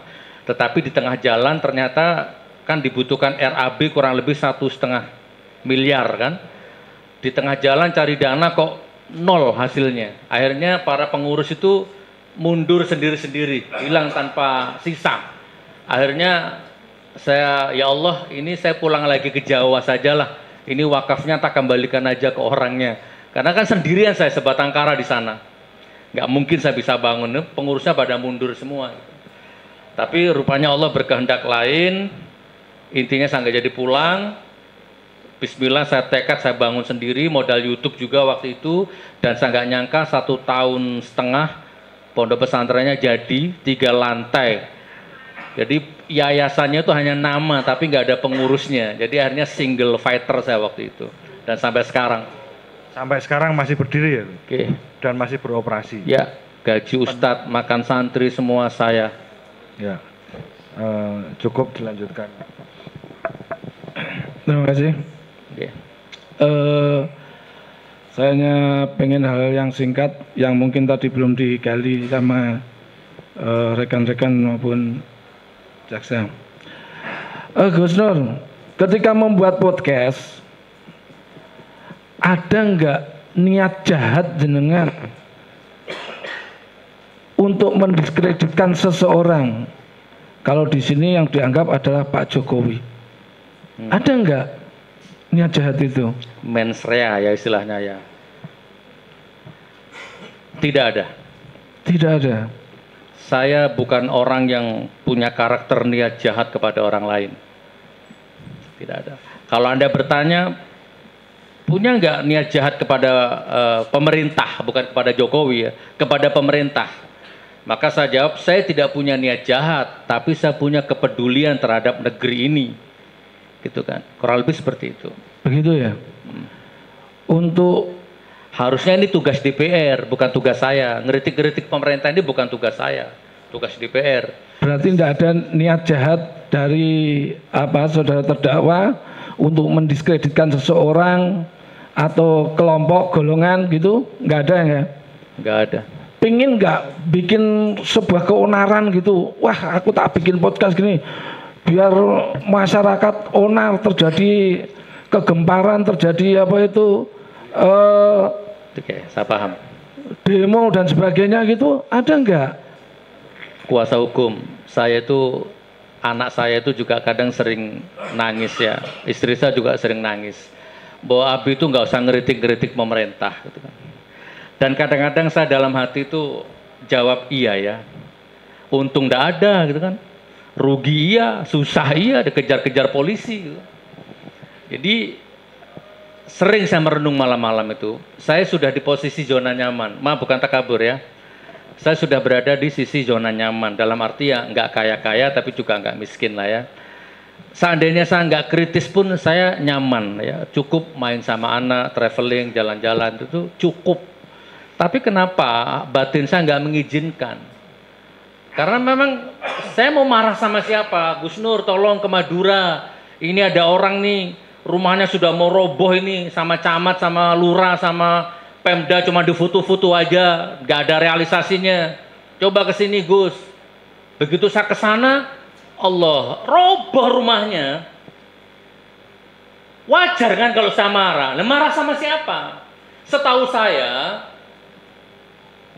kalau ada satu saja rakyat yang kelaparan, itu pemimpinnya besok berat hisapnya di hadapan Allah. Tapi kalau ada pemimpin yang kelaparan, tidak ada rakyat yang akan dihisap di hadapan Allah. Nah, setahu saya, kalau ada rakyat kelaparan, itu pemimpinnya yang harus dimarahi. Saya mau marah sama Anda nggak mungkin. Mau saya lampiaskan kemana kemarahan saya ini? Tapi kan saya bukannya sekedar marah, rumahnya saya bangun.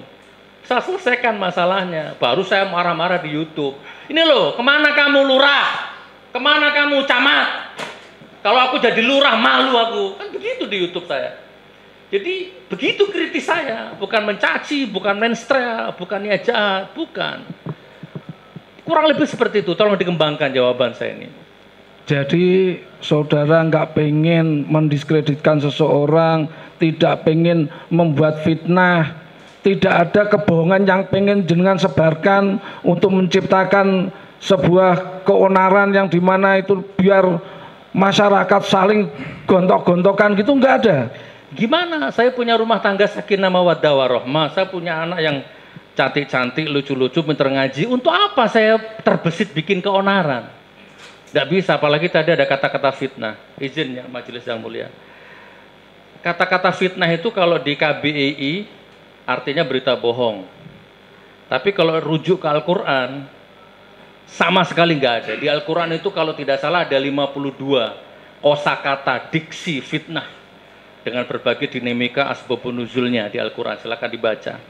Kalau di Al-Quran fitnah itu ujian, pembunuhan, harta, handphone, anak, istri itu bisa jadi fitnah.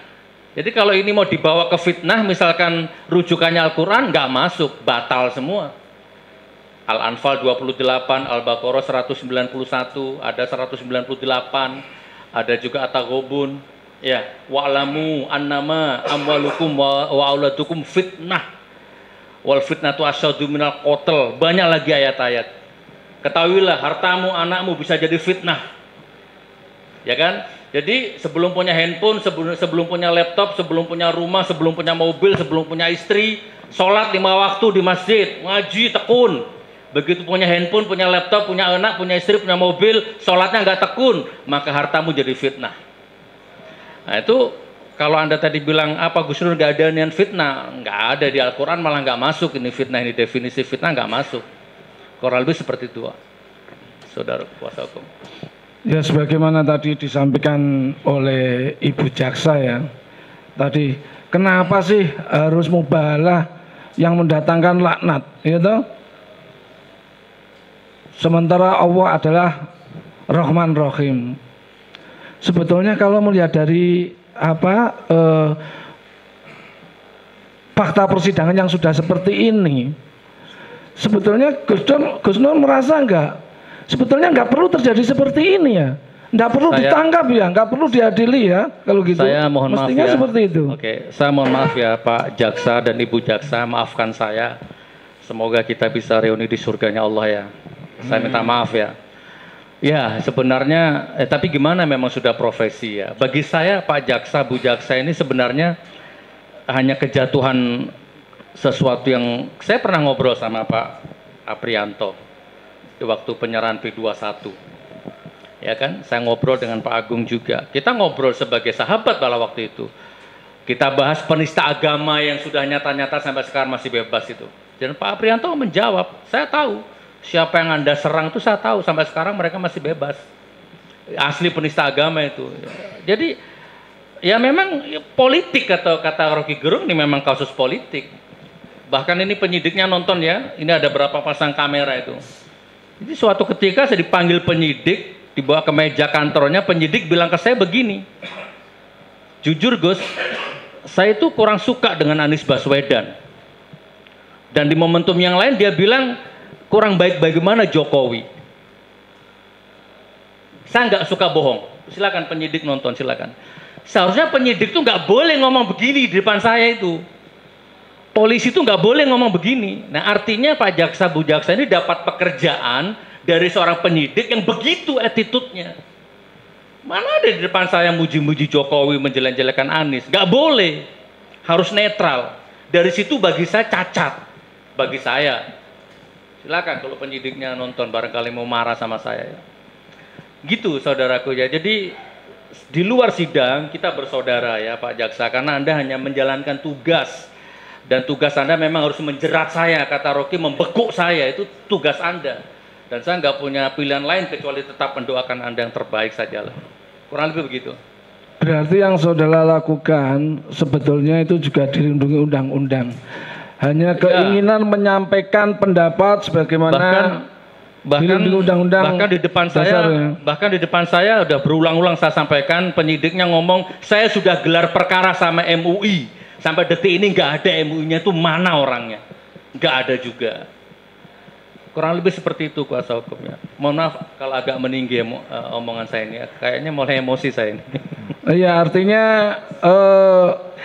saudara terdakwa tentu saja kecewa ya, karena saudara hanya menyampaikan sebuah pendapat yang mana itu dilindungi oleh Undang-Undang pasal 28 ya, untuk menyampaikan pendapat, tapi ternyata yang terjadi seperti ini. Kalau mau ditegakkan hukum, akhir Agustus itu, sebelum saya panggil Mbak Bang Tri, itu banyak wartawan yang mengerumuni, banyak YouTuber yang upload. Itu diproses dulu, jangan nunggu saya. Kecewa saya.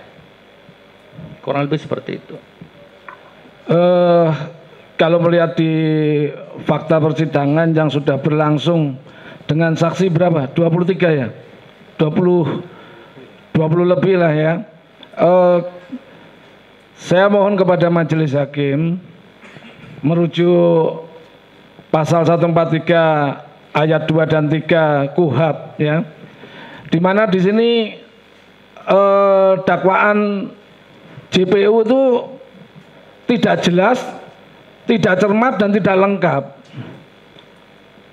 Maka saya sangat berharap bahwa sampai saat ini persidangan ini digelar belum bisa ditunjukkan apa yang menjadi persoalan, yaitu ijazah asli Pak Jokowi. Maka logikanya saya sangat berharap dengan merujuk pasal 143 ayat 3, dakwaan yang tidak memenuhi ketentuan sebagaimana dimaksud dalam pasal ayat 2 huruf B batal demi hukum. Dan di sini saya kira majelis bisa mempertimbangkan hal itu dan memutuskan, tidak sampai bertele-tele nanti ada tuntutan. Demikian saya cukupkan. Mumpung saya ingat tadi menyebut saksi-saksi, jadi saya ingat sekali lagi, saya mohon maaf ya Ibu Jaksa dan Pak Jaksa, kita beda pendapat kan nggak masalah. Jadi seperti saksi Ibu Christina Martaningsih ya, kalau saya tidak salah ya. Boleh, memang tugasnya Pak Jaksa itu membela dia, walaupun sebenarnya nggak boleh juga membela dia kan sebagai pengacara negara. Tapi kan saksi fakta persidangan, dari nama saja sudah nama baptis. Kalau saya amati, mohon maaf kalau saya salah ya. Dari namanya saja sudah nama baptis. Artinya dari kecil beliau beragama non-muslim. Di sidang beliau disumpah dengan Injil. Tapi jaksa kan mengatakan waktu di BAP agamanya Islam. Begitu BAP selesai, entah urusan keluarga, kan gitu pembelaannya jaksa. Terus pindah agama. Tapi kan fakta persidangan nggak begitu sebenarnya. Seandainya Bapak Andika waktu itu nggak menemukan BAP-nya, hilang ini. Nggak ada viral-viral begini. Nah, artinya tetap ada kecacatan di situ. Cacat etis, cacat moral. Nah, tadi saya dikasih video baru. Ada tadi orang yang menunjukkan video saya, video beliau ya yang dikompilasi. Dia di satu sisi beliau diwawancarai dengan orang dan mengatakan semua datanya komplit. Ini ditujukan kan masih baru semua itu. Ini datanya, ini nilainya, dapat 9 bla bla bla bla, komplit lengkap. Tetapi di persidangan beliau ngomong ada yang dimakan rayap, ada yang hilang, ada macam-macam. Banyak sebenarnya majelis yang mulia kecacatan-kecacatan ya, tapi sudahlah nanti itu Allah dan majelis yang memutuskan. Baik. Oke, saya rasa cukup. Iya, permintaan saya tadi yang terakhir sama apa saudara terdakwa, saya merasa jangankan dihukum sehari ya, apalagi nanti kalau dituntut sampai entah berapa tahun atau berapa bulan, sangat tidak layak. Saya serahkan kepada Allah. Insya Allah. Terima kasih majelis. Cukup ya, saya rasa. Jadi untuk permintaan saudara ini kita sama-sama sarjana hukum ya. Jadi yang namanya dakwaan batal demi hukum sesuai pasal 143 itu yang pertama kan bisa dilakukan pada saat eksepsi. Saat ini tidak dapat saat eksepsi, nanti di putusan kami. Kalau saudara minta tidak perlu tuntutan sidang ini diakhiri, ya nggak bisa kita dihentikan di tengah jalan. Kita semua tahu itu ya. Oke. Tolong dipahami, kami juga menjalankan hukum acara. Kalau hukum acara itu kita simpangi, dipotong di tengah jalan, ya kami semua juga diberitakan, diviralkan, jadi kita cuma diperiksa, gitu. Jadi kita tetap sidang sesuai koridor, ya, sesuai koridor, sesuai hukum acara. Jadi ada runtutannya. Semua saksi dari pihak jaksa sudah, dari pihak terdakwa penasihat hukum sudah, terdakwa kita periksa. Nanti ada gilirannya masing-masing. Nanti giliran Pak Jaksa menyimpulkan dalam tuntutannya, dan saudara juga punya kesempatan yang sama untuk mengajukan pembelaan, kan gitu.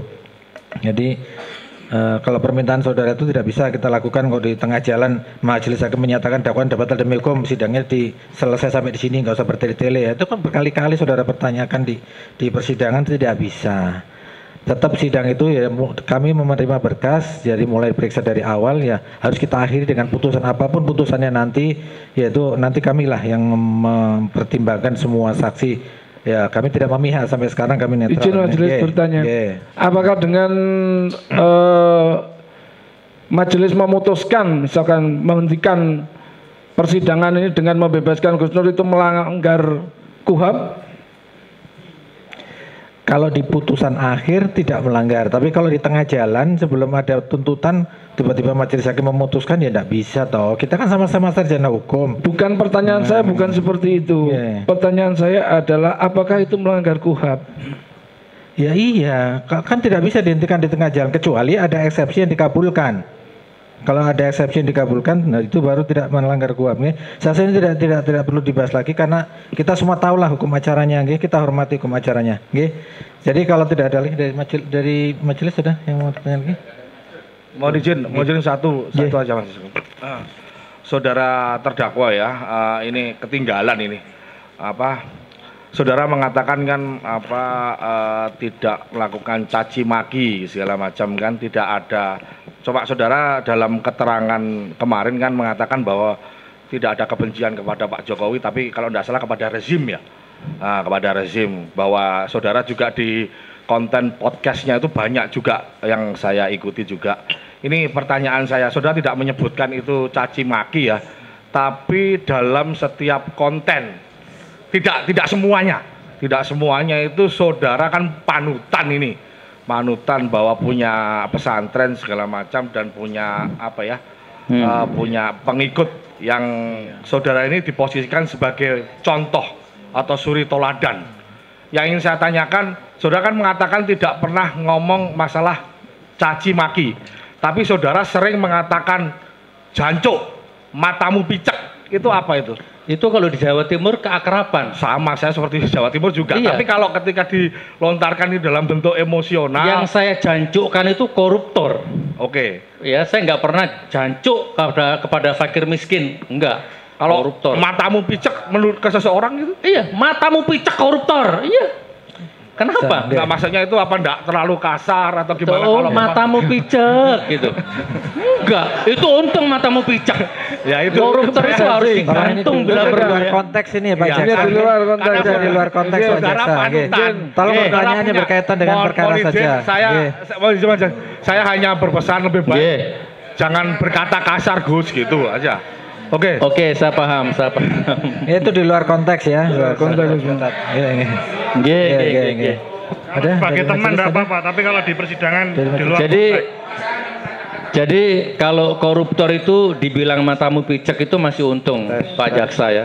Harusnya digantung itu koruptor itu. Barakallah. Silakan Mas, ada? Sedikit ya, saudara terdakwa. Majelis. Tadi dari jawaban-jawaban yang saudara sampaikan itu motivasi terdakwa spontan, itu satu ya. Nah itu kalau dihubungkan dengan pernyataan saudara mengenai minggu yang lalu, karena saudara merasa dizolimi. Nah itu tolong dijelaskan coba. Spontan dengan dizolimi. Iya. Waktu saya lihat videonya Bambang Tri pada momentum itu spontan majelis. Ya, ini siapa ini? Kok unik orang ini, berani orang ini. Nah, jadi momentum berikutnya seolah-olah muncul satu chemistry ya, muncul satu resonansi. Ini berarti ini orang sama-sama didolimi dengan saya ini. Jadi itu dua hal yang berbeda. Tapi ketika lahir podcast itu memang lahir spontan. Saya cari orang ini spontan, tidak ada motivasi apa-apa. Oke, cukup itu. Kemudian ini soal ini tadi mengenai harapan saudara. Baik. Harapan saudara tentang isu yang disampaikan Bambang Tri mengenai ijazah palsu. Kemudian saudara mau mencari kebenarannya dengan mubahalah. Kemudian ya. Nah, kemudian lantas harapan saudara tidak diselesaikan dalam persidangan. Nggih. Harapan saudara diselesaikan forum diskusi mungkin di kampus atau juga di MUI begitu ya tadi ya. Nah, kemudian saudara yakin dengan cara seperti itu akan diperoleh kebenaran? Dengan cara seperti apa yang mulia? Yang saudara harapkan tadi? Ya minimal hidup akal sehat kalau bahasanya Rogi itu ya. Saya jadi terkontaminasi dengan Rogi ini. Ya. Kebebasan berpikir itu kan minimal hidup yang mulia ya. Kalau kita selesaikan di kampus, simposium, itu kan. Dan seandainya saya presidennya, mungkin akan saya selesaikan dengan cara begitu. Udah Bambang Tri, itu coba riset, ini selidiki, ini ijazah asliku udah. Ini Bambang Tri ini cerdas orangnya, udah bikinkan perpustakaan, bikinkan percetakan. Mungkin malah saya apa istilahnya ya, tak manjakan malah kalau saya punya rakyat kritis begitu. Oke. Kemudian di dalam diskusi itu, taruhlah Jokowi hadir membawa ijazah. Ternyata masih ada pertentangan. Kertasnya harus diuji dong. Sama enggak dengan kertas yang ijazah lama? Kop yang dibuat antara ketikan juga tidak harus bareng dong. Itu kira-kira untuk menyelesaikannya bagaimana kalau menurut terdakwa dengan harapan itu tadi? Majelis, mohon maaf ya, kalau semua itu berjalan di atas fitrah, berjalan di atas kejujuran, tidak ada kebohongan, tidak ada kecurangan, tidak ada insinuasi atau hal-hal yang bersifat tuduhan-tuduhan terselubung, maka alam raya dan Allah ini akan membantu. Maka persoalannya tidak akan berbelit-belit dan tidak akan sulit. Semuanya akan mudah, gratis, selesai. Nah, yang menurut terdakwa, jaminan kejujuran dari orang per orang ini siapa? Gini Pak Hakim, seandainya saya ijazahnya asli, maka tidak akan seruat ini gitu loh. Bukan berarti saya mengatakan ijazahnya Pak Jokowi palsu ya. Saya punya prinsip seandainya segala sesuatu berangkat dari hal-hal yang tidak membohongi Allah, membohongi diri sendiri, tidak ada pertentangan antara batin dia dengan hati dia, dengan orang lain, maka semuanya mulus Pak Hakim. Itu rumus hidup saya begitu ya majelis yang mulia. Itu rumus hidup saudara. Iya. Nah, kalau negara kan mempunyai panutan mungkin ya. Iya. Lah, hukum itu kan biar masyarakat yang diatur itu bisa tertib. Nah, sekarang pertanyaan lain lagi. Azab yang saudara maksud tadi itu seperti apa sih? Ya kalau dihubungkan dengan podcast tadi, bahwasanya yang menonton ini cek rekening kamu, cek keberkahan rumah tangga kamu akan hancur sehancur-hancurnya karena yang kamu ingkari bukan Mas Bambangnya, tapi Al-Qur'annya. Nah, azab yang saudara maksud itu seperti apa coba? Contohkan. Jadi cek rekening kamu itu artinya dicabut keberkahan rizkinya. Walaupun gajinya 1 miliar satu hari, tapi tidak berkah, ya kan?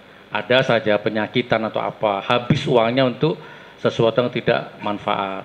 Cek rekeningmu, cek kesehatanmu, tensi darahmu. Jadi yang mulia, pada suatu ketika saya ceramah tapi ini tidak usah dimasukkan di hati, saya tidak bermaksud, anggap saja ini kebetulan. Saya ceramah di Riau, pada sholat subuh ceramah, tiba-tiba saya dapat WA, pada subuh saya buka, ternyata dari penyidik di Palu. Saudara Sugi Nur Harja mohon menghadap penyidik hari Senin sebagai tersangka. Saya emosi yang mulia ya, pagi-pagi itu, Dek ambil kamera, kameramen, ambil kamera. Saya langsung bikin podcast. Hei penyidik, ya, kalian sudah tuduh aku sebagai tersangka, bla bla bla bla bla bla. Sekarang hitung mundur, cek rekeningmu, cek kesehatanmu. Siapa di antara kita yang hancur? Itu videonya viral yang mulia. Bentar yang mulia. Nah, itu Senin saya dipanggil, saya akan datang. Ternyata Jumatnya kena tsunami, luluh lantah. Wallahualam bisawab. Apa itu kebetulan? Yang saya maksud perkara ini aja. Kan perkara itu saudara podcast kan September ya? Iya. Nah, September.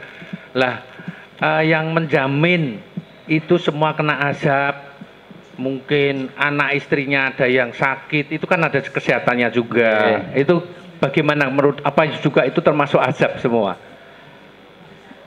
Kalau konteksnya di dalam mubahalah itu iya yang mulia. Jadi misalkan di ruangan ini ada yang tidak percaya terhadap mubahalah yang dilakukan Bambang Tri, menentang bahkan menggila-gilakan Bambang Tri, kemudian sakit misalkan meninggal atau bagaimana. Dalam konteks itu saya imani. Kalau yang percaya dengan Bambang Tri ternyata juga sakit. Apa itu ada yang mulia? Seandainya ada ya wallahualam, itu kan semua kembali kepada Allah tetap. Ya yang waktu contoh saudara sendiri aja lah ya, katanya istrinya sakit waktu itu. Nah itu apa juga termasuk? Itu kan percaya dengan Bambang Tri. Istri saya nggak ikuti podcast. Istri saya kayaknya percaya nggak percaya itu nggak urusan yang mulia. Jadi istri saudara nggak melihat podcast. Enggak. Kemudian juga penonton di sini mungkin juga merasa ini saya juga kena azab. Kalau ada yang percaya dan dia sakit, itu berarti tidak ada hubungannya sama mubahalah, berarti itu ujian dari Allah. Oke, ya udah. Jadi gini yang mulia, saya ringkas, kalau ada orang baik tidak pernah melanggar hukum negara, hukum agama, dan dia sakit, maka itu ujian. Tapi kalau ada orang yang sama-sama dijalani, maksiat iya, ibadah iya, kemudian dia kena penyakit atau kena musibah, maka itu teguran. Tapi kalau ada orang yang maksiat saja, kemudian dia kena mara bahaya, maka dia azab. Begitu majelis.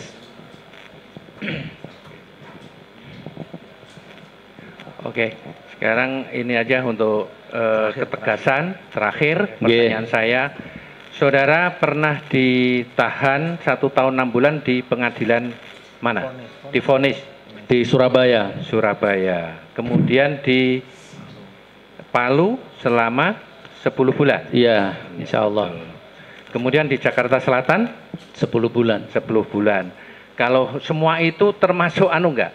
Termasuk azab atau termasuk juga suatu bentuk perjuangan untuk apa tadi? Siap. Oh iya. Baik, yang mulia. Agak panjang nggak apa-apa yang mulia ya. Silahkan. Orang masuk penjara itu ada 3 penyebabnya yang mulia. Pertama dia kriminal.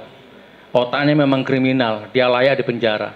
Kedua dia ceroboh, tanda tangan tanpa dibaca misalkan, ya ternyata nggak ditandatangani tender, apalah, akhirnya dia di penjara gara-gara dia ceroboh. Yang ketiga ada orang di penjara karena dia terlalu baik. Ada Imam Abu Hanifah, ada Imam Hambali, ada Imam Syafi'i yang rujukan kitabnya kita pakai hidup sehari-hari. Bahkan ada Buya Hamka, ada Mbah Hashim Asy'ari pendiri NU di penjara sama Jepang gara-gara beliau nggak mau nunduk begini. Ketika rezim Jepang lewat, semua nunduk, Mbah Hashim nggak mau, itu di penjara 4 bulan sampai dicabut kukunya. Beliau orang baik semua gitu ya. Nah, saya tidak mengatakan seorang baik, tetapi mumpung yang mulia tanya seperti itu, dan mudah-mudahan ini bisa jadi pijakan untuk yang mulia. Yang di Surabaya yang mulia, silakan. Kemarin saya disapa sama hakim, saya lupa namanya. Ternyata beliau yang nyidang saya di Surabaya juga di sini. Beliau sekarang tugas di sini. Jadi siapa namanya? Pak Ridho ya. Ada orang namanya Ridho mencaci maki saya. Gus Nur tuh Wahabi, Gus Nur tuh radikal di medsos. Namanya Ridho. Saya balas dengan medsos. Bangsat, bajingan. Ayo ketemu. Wah gitu kan. Ternyata ada orang lain namanya Ridho yang melaporkan saya. Dikira saya mencemarkan nama baiknya dia. Padahal yang saya maksud Ridho ini, bukan Ridho itu. Di pengadilan semuanya jelas, gamblang. Di pengadilan itu. Bahkan akunnya dipanggil sama hakim itu, yang Ridho yang melaporkan itu. Pak Ridho, ini Gus Nur tidak kepada Anda. Ridho itu Gus Nur ini maksudnya ini. Akun namanya Generasi Muda NU. Pak Ridho ada hubungannya sama ini enggak? Enggak ada, saya enggak kenal sama dia. Harusnya demi hukum bebas saya. Yang saya caci maki dia karena dia memfitnah saya. Yang melaporkan saya dia, enggak ada hubungannya. Di pengadilan enggak saling kenal. Ini yang saya alami majelis, demi Allah ini yang saya alami. Saya enggak salah majelis. Bukan berarti saya orang baik. Cukup? Kurang lebih ya, seperti saya itu. Bertanya begitu tuh tadi tergerak dengan perkataan saudara sebetulnya sudah dalam zona nyaman. Kalau dalam zona nyaman mungkin malah bisa lebih rumah orang miskin yang banyak saudara. Betul yang mulia. Coba saya kasih saran yang mulia. Gimana supaya saya bisa diam? melihat kedoliman ini saya diam gimana caranya yang mulia? Lebih baik saya hidup sama anak cucu aja. Itu porsinya Allah. Oh begitu ya. Oke, saya cukup ya. Jadi terima kasih. Mungkin ada terakhir, mungkin statement terakhir. Baik yang mulia, bismillah. Jadi seperti tadi saya katakan, orang masuk penjara itu karena kriminal, karena dia ceroboh, atau dia terlalu baik. Saya tidak berharap yang mulia menganggap seorang baik ya. Tapi ya gimana memang kita orang Islam ya. Saya tidak bosan-bosan di mubahalah 1000 Al-Quran sekalipun saya berani. Bahwa saya ini tidak ada niat untuk menjatuhkan orang, memfitnah orang, menyengsarakan orang. Yang saya marah itu adalah kebijakan-kebijakan yang selalu menyengsarakan rakyat. Hanya itu yang mulia. Dan itu pun saya pingin sebenarnya diam. Tapi batin kecil tidak mengizinkan. Karena saya yakin hadisnya juga ada bahwa berteriak kebenaran di hadapan sistem yang dolim itu juga pahalanya besar di sisi Allah. Tapi insya Allah saya setelah sidang ini selesai mungkin saya akan berubah cara saya. Karena kemarin anak saya paling kecil itu sampai saya nangis, Abi kalau sudah bebas gak usah ngomong politik lagi katanya. Anak sekecil itu bisa ngomong seperti itu. Baik nak, insya Allah sayang. Saya udah janji seperti itu, mungkin saya akan rubah polanya, saya akan bermain lebih cantik lagi, kurang lebih begitu yang mulia. Terima kasih ya, terdakwa sudah menyampaikan unek-uneknya semuanya dan semua sudah menyampaikan pertanyaannya. Untuk pemeriksaan saya nyatakan selesai dan beri kesempatan berikutnya kepada penuntut umum untuk menyampaikan tuntutan. Kapan kira-kira? Bisa hari Selasa depan. Mohon izin Majelis Hakim karena proses tuntutan ini karena ini kan perkara dari Bareskrim ya. Terus kemudian Kejaksaan Agung, terus kemudian karena lokus tempusnya itu di sana tapi memenuhi sebentar. Itu kami sidangkan di sini, kami harus menunggu petunjuk pimpinan dulu. Udah kami kirimkan tapi belum ada keputusan. Masih menunggu. Kita soalnya dibatasi waktu ya, di awal saya sudah sampaikan mungkin kita dibatasi waktu, kita juga dapat teguran kalau lebih dari tidak boleh lebih dari 5 bulan perkara yang selesai. Udah. Oke, gini aja, kita sesuai jadwal aja. Kita coba 1 minggu dari sekarang hari Selasa. Nanti apa kalau seandainya belum jaksa bisa menjelaskan alasannya apa, gitu ya. Jadi sidangnya ditunda 1 minggu untuk beri kesempatan Pak Jaksa supaya nanti ada kesempatan juga penasihat hukum juga butuh waktu juga untuk menyusun pembelaan. Jadi supaya waktu kita tidak bertele-tele, kami berikan waktu yang pertama ini 1 minggu kepada jaksa penuntut mengajukan tuntutan, sidang selesai dan ditutup. Untuk yang agenda Bambang Tri bagaimana? Lanjut habis ini kita habis ini ya, habis istirahat. Nah, langsung. Terima kasih. Yang mulia, berarti saya boleh kembali ke rutan tidak? Boleh. Sudah selesai, saudara. Oke, berarti tolong disampaikan ke pegawai kejaksaannya supaya ngantar saya ke rutan ya, karena kemarin nggak diantar Mas Bambang, gitu ya. Terima kasih. Pengawalannya kan dari pihak kejaksaan, monggo.